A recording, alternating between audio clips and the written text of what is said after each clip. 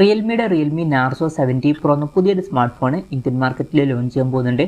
ഈ ഒരു phone already ഇപ്പം ഇന്ത്യൻ മാർക്കറ്റിൽ ടീസ് ചെയ്യാൻ സ്റ്റാർട്ട് ചെയ്തിട്ടുണ്ട്. ഇപ്പം ഫീച്ചേഴ്സിനെ പറ്റിയിട്ടുള്ള ചില കാര്യങ്ങളൊക്കെ അറിയാൻ കഴിഞ്ഞിട്ടുണ്ട്. ഒഫീഷ്യലായിട്ട് ചില കാര്യങ്ങൾ അവർ ടീസും ചെയ്തിട്ടുണ്ട്. എന്തായാലും ഈ ഒരു വീഡിയോയിൽ നമ്മൾ നോക്കാൻ പോകുന്നത് റിയൽമി നാർസോ 70 Pro എന്നുള്ള സ്മാർട്ട് ഫോണിനെ പറ്റിയിട്ടാണ്. വീഡിയോ തുടങ്ങുന്നതിന് മുമ്പ് പറയാനുള്ള ഒരു കാര്യം എന്താ വെച്ചാൽ, നിങ്ങൾ ടെക് വാർത്തകൾ ഫോളോ ചെയ്യാൻ താല്പര്യമുള്ളവരാണെന്നുണ്ടെങ്കിൽ നമ്മുടെ വാട്സപ്പ് ചാനലിലോ അല്ലാന്നുണ്ടെങ്കിൽ ടെലഗ്രാം ചാനലിലോ ജോയിൻ ചെയ്യാവുന്നതാണ്.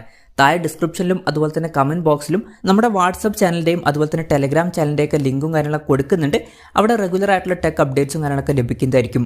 ആദ്യം നമ്മൾ ഒഫീഷ്യലായിട്ട് കൺഫേം ചെയ്തിട്ടുള്ള ചില കാര്യങ്ങൾ പറയുകയാണെന്നുണ്ടെങ്കിൽ ആൻഡ്രോയിഡ് 14 ബേസ് ആയിട്ടുള്ള റിയൽമി സോഫ്റ്റ്വെയർ ആയിരിക്കും ഇതിൽ വരിക. പിന്നെ 65% ബ്ലോട്ട് വേസും കാര്യങ്ങളൊക്കെ കുറവായിരിക്കുമെന്നാണ് പറയപ്പെടുന്നത്.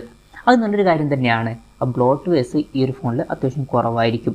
പിന്നെ കൺഫേം ചെയ്തിട്ടുള്ള മറ്റൊരു കാര്യം, ഇതിൽ 50 mega pixel main camera sensor വരുന്നതായിരിക്കും. ഇത് സോണി IMX 890യുടെ സെൻസർ ആയിരിക്കും.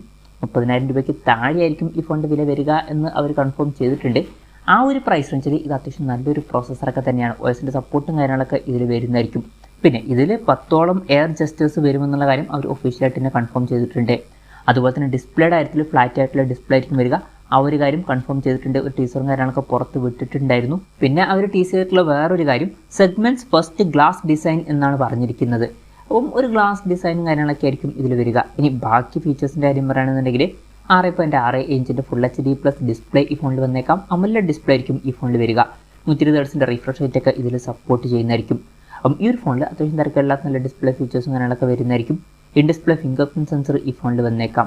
പ്രോസസ്സറിൻ്റെ കാര്യം പറയുകയാണെന്നുണ്ടെങ്കിൽ ഈ ഒരു ഫോണിൽ MediaTek Dimensity 7050 എന്ന പ്രോസസ്സർ വരാനാണ് സാധ്യത. ഇപ്പോൾ ലോഞ്ച് ചെയ്തിട്ടുള്ള റിയൽമി 12+ എന്നുള്ള സ്മാർട്ട് ഫോണിലും ഇതേ സെയിം പ്രോസസ്സറാണ് വന്നിട്ടുള്ളത്. അതുപോലെ തന്നെ റിയൽമിയുടെ റിയൽമി 11 Pro സീരീസിലും ഇതേ സെയിം പ്രോസസ്സറാണ് വന്നിട്ടുള്ളത്. അത്യാവശ്യം തിരക്കേടില്ലാത്തൊരു പ്രോസസ്സറാണ്. 20,000 22,000 രൂപ പ്രൈസ് റേഞ്ചിലൊക്കെ ലോഞ്ച് ചെയ്യുകയാണെന്നുണ്ടെങ്കിൽ നല്ലൊരു പ്രോസസ്സർ എന്ന് പറയാൻ പറ്റിയിട്ടുള്ള പ്രോസസ്സറാണ്. 25,000 രൂപയ്ക്ക് താഴെയാണെന്നുണ്ടെങ്കിൽ തിരക്കേടില്ലാത്തൊരു പ്രോസസ്സർ എന്നും പറയാവുന്നതാണ്. പിന്നെ ഇതിൽ 5G സപ്പോർട്ടും കാര്യങ്ങളൊക്കെ വരുന്നതായിരിക്കും.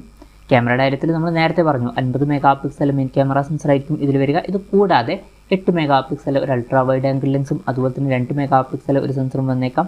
ഫ്രണ്ടിൽ 16 മെഗാ പിക്സൽ സെൽഫി ക്യാമറ വരാനാണ് സാധ്യത.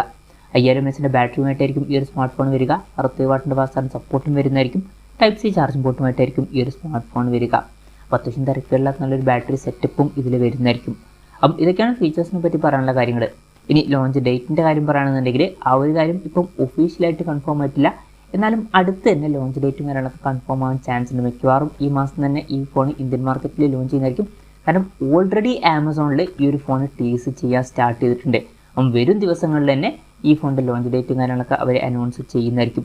എന്തായാലും ലോഞ്ച് ഡേറ്റിനെ പറ്റിയിട്ടുള്ള ന്യൂസുകളൊക്കെ വരുമ്പോൾ അതിനെ പറ്റിയിട്ടുള്ള വീഡിയോസൊക്കെ നമ്മൾ ചെയ്യുന്നതായിരിക്കും. അപ്പം അതുപോലുള്ള വീഡിയോസ് കാണാൻ താല്പര്യമുണ്ടെന്നുണ്ടെങ്കിൽ ഈ ചാനൽ സബ്സ്ക്രൈബ് ചെയ്യാവുന്നതാണ്.